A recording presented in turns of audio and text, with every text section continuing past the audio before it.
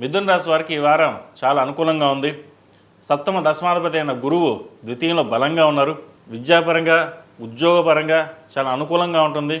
రావాల్సిన బెనిఫిట్స్ ఏవైతే ఉన్నాయో వీరికి తప్పకుండా లభిస్తాయి.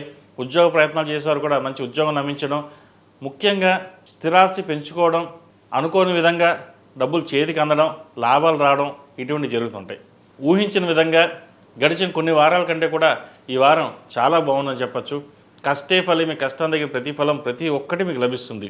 గురువు చాలా అనుకూలంగా ఉన్నాడు. మీకు ద్వితీయంలో గురువు ఉచ్చబట్టి ఉన్నారు. అదేవిధంగా రాశ్యాధిపతి చతుర్థాధిపతి అయిన బుధుడు ఆరింటి ఉన్నారు. చిన్న చిన్న ఆరోగ్య సమస్యలు ఉండే అవకాశం గోచరిస్తోంది. మెదడుకు సంబంధించి కంటికి సంబంధించిన ఇబ్బందులు ఉండే అవకాశం ఉంది. సెల్ఫ్ డ్రైవింగ్ విషయంలో కొన్ని జాగ్రత్తలు తీసుకోండి. అదేవిధంగా దూర ప్రాంత ప్రయాణాలు కలిసి వస్తాయి. విదేశీకి సంబంధించిన విషయ వ్యవహారాలు వీరికి చాలా చక్కగా ఉన్నాయి. అదేవిధంగా నూతన వ్యాపార పెట్టుబడులు చేయడానికి కాలం అనుకూలంగా ఉంది. అదేవిధంగా విద్యార్థులకు కాలం అనుకూలంగా ఉంది. ప్రభుత్వ ఉద్యోగం కోసం ప్రయత్నాలు చేసేవారు కూడా కాలం అనుకూలంగా ఉంది. చక్కగా ప్రయత్నాలు ప్రారంభించవచ్చు. కాలం కలిసి వచ్చే విధంగా కూడా గోచరిస్తోంది. అయితే భాగ్యంలో రాహు ఉన్నారు. అన్ని పనులు చేతిదాకా వచ్చి జారిపోతుంటాయి. అయ్యి మనకి వచ్చేసిందే లేదా ఉద్యోగం వచ్చేసింది అనుకున్న స్టేజ్కి లాస్ట్ మినిట్లో ఉద్యోగం రాకపోవడం ఇటువంటివి జరుగుతుంటాయి. సుబ్రహ్మణ్య స్వామి అష్టకం చదవడం కానీ, సుబ్రహ్మణ్య స్వామికి అభిషేకం చేయించడం కానీ ఇటువంటి రోజు చేయండి. అదేవిధంగా దక్షిణామూర్తి స్తోత్రాన్ని పఠించండి. ముఖ్యంగా ఈ రాశిలో జన్మించిన స్త్రీలకు వృత్తి ఉద్యోగాల పరంగా, వ్యాపార పరంగా కాలం అనుకూలంగా ఉంది.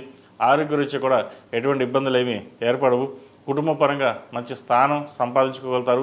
కుటుంబంలో సఖ్యత ఏర్పడుతుంది. సుఖ సంతోషాలు ఏర్పడతాయి. పిల్లలకి మంచి సంబంధం కుదిరింది అన్న భావన ఏర్పడుతుంది. ఎంతో కాలంగా పిల్లలకి సంబంధం కోసం చూస్తున్నాం, కుదరలేదన్న భావన ఏదైతే ఉందో అది వీళ్ళకి నెరవేరుతుంది. మంచి సంబంధం కుదురుతుంది. ధనం వ్యయం ఎక్కువగా ఉంటుంది. ఒక రూపాయికి 2 రూపాయలు ఖర్చు కూడా ఉంటుంది. ఖర్చుల విషయంలో ఎటువంటి వెనకాడరు. పిల్లలు బాగుండాలి, కుటుంబం బాగుండాలి అనే భావంతో ఉంటారు తప్పితే కానీ డబ్బు ఎంత ఖర్చు అయినా పర్వాలేదు, చక్కగా కుటుంబం బాగుంటే చాలు అన్న భావంతో మీరు ముందుకు వెళ్తారు. చక్కగా ఈ కార్తీక మాసంలో ప్రతిరోజు ప్రతినిత్యం ఉదయం సాయంత్రం ఓం నమః శివాయతోటి నువ్వుల నూనె పోసి దీపారాధన చేయండి. అదేవిధంగా మొగలు పువ్వు కుంకుమతో అమ్మవారికి అయ్యవారికి అభిషేక జలాలు కావచ్చు లేదా కుంకుమార్చన కావచ్చు తప్పకుండా చేయండి. మంచి ఫలితాలు సంప్రాప్తిస్తాయి. ఈ రాశిలో జన్మించిన వారికి కలిసి వచ్చే సంఖ్య 2, కలిసి వచ్చే రంగు తెలుపు. ఏదైనా పని మీద బయటకు వెళ్ళినప్పుడు సోమవారం కానీ శుక్రవారం కానీ వెళ్ళండి. మంచి ఫలితాలు సంప్రాప్తిస్తాయి.